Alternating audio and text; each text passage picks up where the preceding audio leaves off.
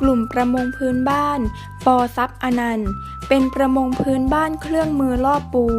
มีสมาชิกประมาณ200คนกระจายอยู่ในชุมชนชายฝั่งทะเลตั้งแต่อำเภอระโนดจนถึงอำเภอเทพาจังหวัดสงขลาโดยกลุ่มประมงพื้นบ้านเริ่มตระหนักถึงปัญหาความเสื่อมโทรมของปริมาณปูที่ลดลงจึงคิดริเริ่มที่จะเพาะฟักลูกปูคืนสู่ธรรมชาติคุณกระสวยมานิดหรือป้าต้อยได้พูดถึงที่มาของการทำโครงการเพาะฟักลูกปูนี้ว่าเพราะว่าทำอาชีพนี้มานานแล้วก็อยากจะทำเพิ่มทรัพยากรทำอาชีพปูมาตั้งแต่เริ่มต้นตัวเองเริ่มต้นสร้างเนื้อสร้างตัวก็ทำอาชีพทำปูมาโดยตลอดแล้วพอทำมาแล้วทำมานานแล้วก็คิดว่าเราควรจะทำอะไรสักอย่างหนึ่งเพื่อเพิ่มทรัพยากรให้ทางทะเลเราเท่าแต่จับอย่างเดียวโดยที่เราไม่รู้จักว่าจะอนุรักษ์ยังไงฟื้นฟูยังไงกลัวมันจะขาดรุ่นลูกรุ่นหลานก็จะไม่รู้จักปูก็เลยเริ่มคิดโครงการนี้ขึ้นมาว่าเราควรจะเอาปูที่เราใช้ประโยชน์น้อยที่สุดคือไข่ข้างนอกเอามาเกี่ยแล้วก็ฟักแล้วก็เพาะแล้วก็ปล่อยลงสู่ทะเลพอทำมาแล้วก็เริ่มเห็นผลก็เริ่มคิดว่าเราต้องขยายให้มันใหญ่ขึ้นแล้วก็ให้เด็กรุ่นหลังได้เรียนรู้ตรงนี้ก็เลยคิดตั้งโครงการนี้ขึ้นมาว่าเราควรจะมีโครงการเพาะฟัก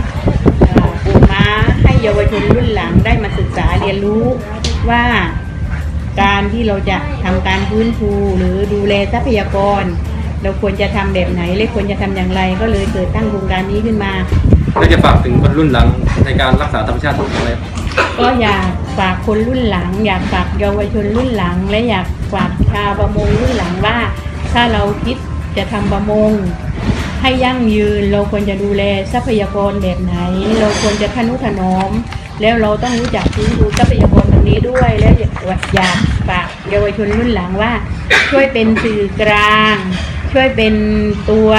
กำหนดช่วยเป็นตัวชี้แนะและบอกกล่าวชาวประมงที่อยู่ชายทะเลที่ทำอาชีพประมงว่าเราถ้าจะจับอย่างเดียวถ้าเราหวังแต่ให้หน่วยงานภาครัฐมาช่วยเราอย่างเดียวคงเป็นไปไม่ได้เราต้องช่วยตัวเราเองด้วยแล้วเราขอหน่วยงานภาครัฐมาช่วยผลักดันอีกแรงหนึ่งเราก็จะทำไปได้แล้วเราจะดูแลทรัพยากรได้ยั่งยืนได้ใช้กันช่วยลูกช่วยหลานถ้าเรารู้จักดูแลรู้จักกำหนดรู้จักฟื้นฟู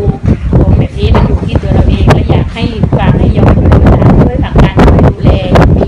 ให้โครงการนี้มันเกิดต่อเนื่องตลอดไปค่ะนับเป็นอีกหนึ่งตัวอย่างที่น่าชื่นชมของโครงการแบบประชารัฐ